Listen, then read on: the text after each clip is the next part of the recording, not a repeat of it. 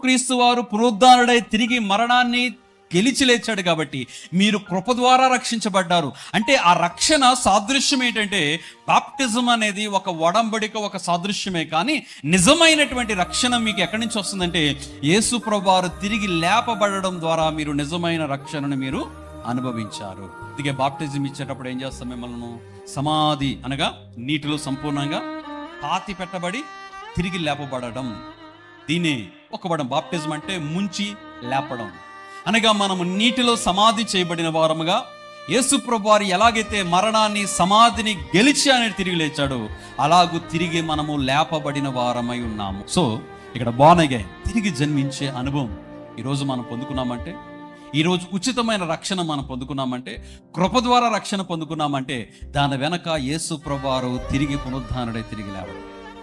కాబట్టి మనం లేపబడే అనుభవంలో మనం కూడా ఉందము గాక.